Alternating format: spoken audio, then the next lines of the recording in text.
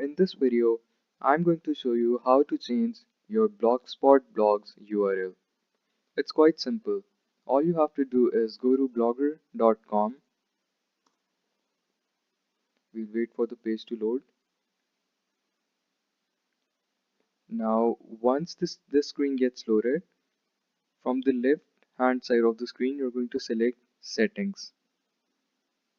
A new page will load, and this page will have the detail of your blog, the title, description, privacy, and blog address. Now over here you have to click on edit, that is just in front of your blog address. You can change your blog's address over here and click save.